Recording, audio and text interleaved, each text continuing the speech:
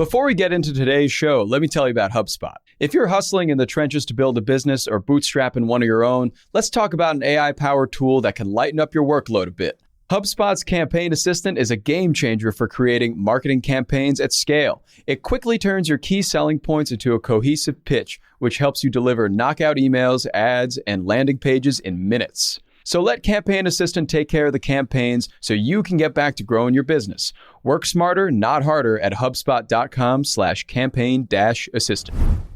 Good morning, everyone. It is Tuesday, August 29th. I'm Rob Litterst here with Sara Friedman and Ben Berkley, and this is the Hustle Daily Show.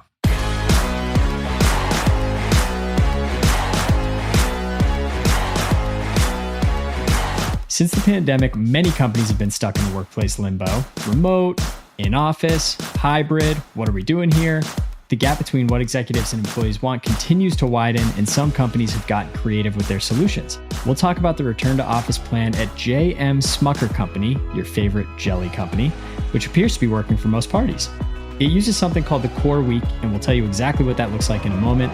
But first, let's talk about what else is happening in the wide world of business and tech. First up, in October, former FTX crypto exchange boss Sam Bankman-Fried will face 7 counts of fraud and conspiracy in court. Before his day in court, he wants out of jail, and I literally thought that this was fake before I read it for the first time. He cites his jail's lack of Adderall, vegan meals, charging ports, and Google Docs as the reason, saying it violates his right to prepare a defense. Ben and Sara, is this serious? Yeah, the legal motion, I'm reading a quote from it right now, that the restricted battery life, the absence of a power outlet for charging in the cell block, and a frail internet connection that was down for a significant portion of his session. This is what is stopping him from mounting an incredible defense to what I believe was essentially stealing billions of dollars, allegedly. I feel him, though, because that's my main complaint when I work from a coffee shop is a lack of charging points. So you can't even fault him for that one. Yeah, that's actually super legit. All right, moving on. Chipotle Mexican Grill will pay Washington, D.C. $322,000 to resolve over 800 alleged violations of the city's child labor laws logged over the last 3 years. That is a headline I did not see coming. 3M will pay $5.5 billion to settle 300,000 lawsuits alleging it sold defective earplugs to the military. That's less than the $10 billion analysts had predicted. 3M shares rose about 6% earlier Monday morning. This one's fun. Dr. Seuss Enterprises signed with Amazon-owned podcast studio Wondery to develop audio series featuring Seuss's characters and stories. First up is a Cat in the Hat-led fantastical variety show. And lastly, former workers at Bohemian Grove, an ultra-exclusive men's-only summer retreat for the rich and powerful, are suing the campground's operator, alleging mistreatment and underpayment. Ben, can you please tell me what the heck is going on here? I would love to, because talking about how the 1% lives, which apparently is not the way that I live, it would seem. So this is in Northern California. There is this campground that is made up of 140 distinct smaller camps, and the staffs there are about either 10 to 50 valets. These are people who are cooking and cleaning and catering to every whim of the people who are staying there. They're getting a pretty raw deal.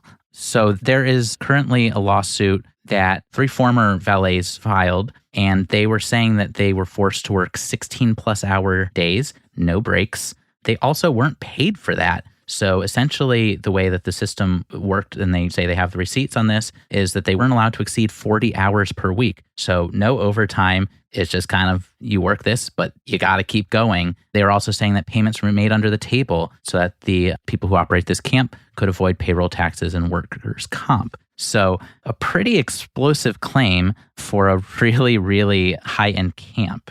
Yeah, I'm not going to lie. This is my first time hearing about Bohemian Grove, but it just sounds like a place that definitely has cold plunges. The way it works in my head is essentially just take the craziest frat party that you could imagine and just kind of like play it out over the course of maybe a couple weeks even. People are there for a lot of the summer. This is a place where really high earners are. This is run by a club that has about 2,600 members. Their collective net worth is like way into the billions. We're talking really prominent people. Like in the past, Richard Nixon and Ronald Reagan were there. Mark Twain and Jack London, Charles Schwab. If you go down this list, it's like okay, a lot of power players have been at this camp. And it's one of those kind of very secretive places where we don't know a lot. There are no cell phones allowed. That is partly why we don't know. But then, this is a place where no women are not allowed there. It's just got that very of a different era vibe to it. Yeah. Kind of the Mad Men. Yes. Yeah. Exactly. And it seems like at least on the paying of employees side of things, maybe they'll be ushered into more modern times. I feel like there's a movie plot in there somewhere where a woman goes in a little disguise. She's the man style and blows that thing wide open. Can we bring Amanda Bynes back for the She's the Man sequel? Exactly. Yes.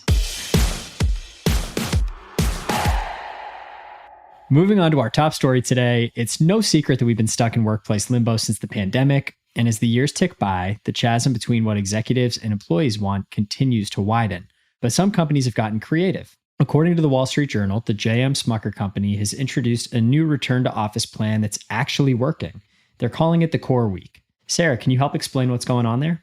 Yeah, so Smucker's is doing something interesting, which is they are just asking people to be on site only 25% of the time. So that comes out to about 6 days a month during 22 core weeks a year. And basically, a core week is just a week when they want everyone in the office. But rather than mandating 3 days a week, Monday, Wednesday, Friday, they have avoided months like July and December where a lot of people want to take vacation. And they're just asking that sometime around these core weeks, however it works with your schedule, that you come into their headquarters in Orrville, Ohio.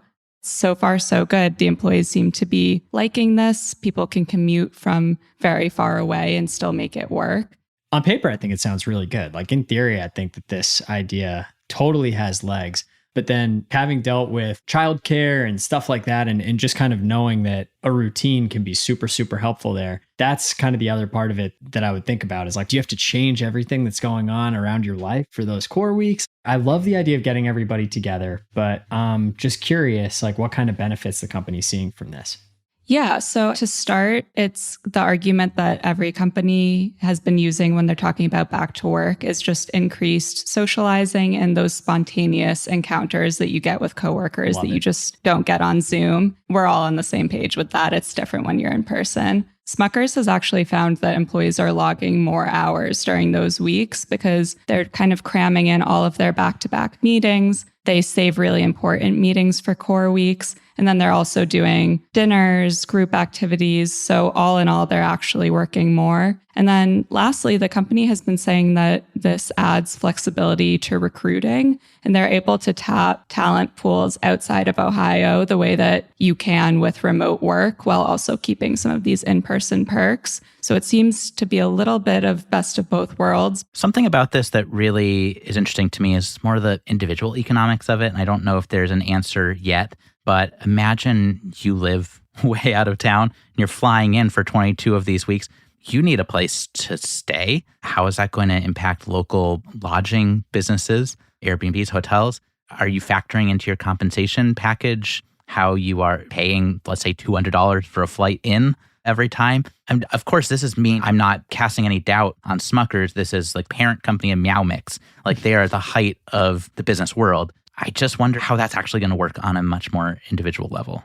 I couldn't agree more. And I mean, I think it's really interesting the way you look at this. Like in my household alone, like I work fully remote and then my wife works with kind of a hybrid schedule. She goes into the office a couple days a week, works from home a few days a week. I feel like remote is kind of more or less here to stay in at least some form. And it seems like these kind of future of work struggles are going to persist for a while. Sara, have you seen other trends across other industries?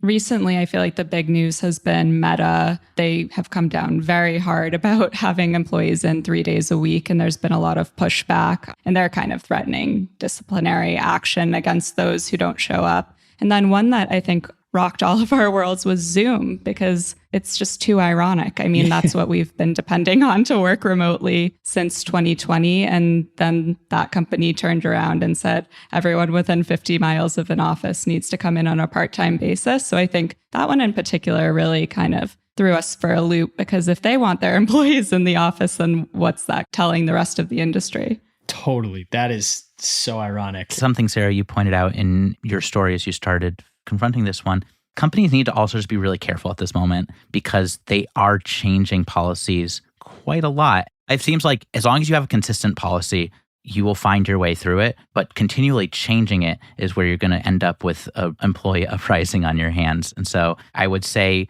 if, say, core weeks worked for your company, great, might want to slow roll that thing out.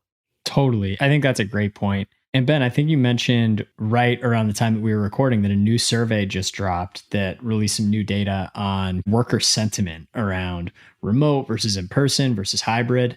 Any big takeaways there? This is a Gallup survey that we're talking about here that dropped a couple of days ago. I mean, I think the takeaway is really that remote work still probably shouldn't be vilified in the way that it can be. We are at a record low with fully remote workers in terms of them feeling connected to their company's mission. 28% of employees feel like they connect to their company's purpose. However, on-site workers, they're not doing that much better. They're only at 33% connection to their mission. And there is the other side of things, just in terms of being engaged in their work. Remote employees are still showing the highest levels of engagement. So, at the core of this story is this is a hybrid model that is being attempted at the Smuckers Corporation. We're still seeing numbers that back up remote. There are certain, obviously, feelings that are backed up by in-person work. It's going to be really interesting to see where we go from here.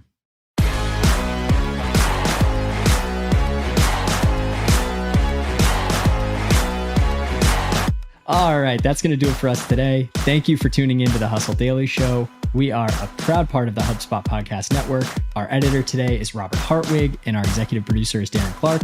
We've got a lot more tech and business coverage in our newsletter. If you're not subscribed, what are you doing? Go get yourself signed up at thehustle.co/email.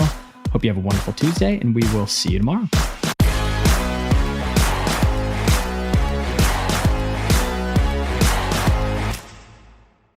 Let me tell you about a show that I've been loving lately. It's called Entrepreneurs on Fire. It's hosted by the incredible John Lee Dumas. It's available now on the HubSpot Podcast Network. Entrepreneurs on Fire stokes inspiration and shares strategies to fire up your entrepreneurial journey and create the life that you've always dreamed of. I'm a big fan of this podcast. It has energy, it has value, and it's all about learning about entrepreneurship. I was just listening to an episode the other day. JLD interviewed Jay Rogers, who was such a wealth of information. He kind of went into how entrepreneurship chooses you. You don't necessarily choose it, and that failure only happens when you stop trying to win. A lot of gems in this one, so I'd highly recommend checking out that particular episode along with the rest. So go listen to Entrepreneurs on Fire wherever you get your podcasts. Hey guys, if you listen to the Hustle Daily Show on Google Podcasts, we want to let you know that the option will no longer be available pretty soon. Google is sunsetting its podcast app sometime in early 2024 in favor of YouTube Music, and we want to give you a heads up before it's too late since that time's almost here. The Hustle Daily Show is available everywhere and anywhere that you listen to podcasts like Apple Podcasts and Spotify. If you're using YouTube Music, we are there as well. If you're an Android fan, there are plenty of apps like Overcast, Pocket Casts, Player FM, and more. So just search for us wherever you decide to listen to your favorite podcasts.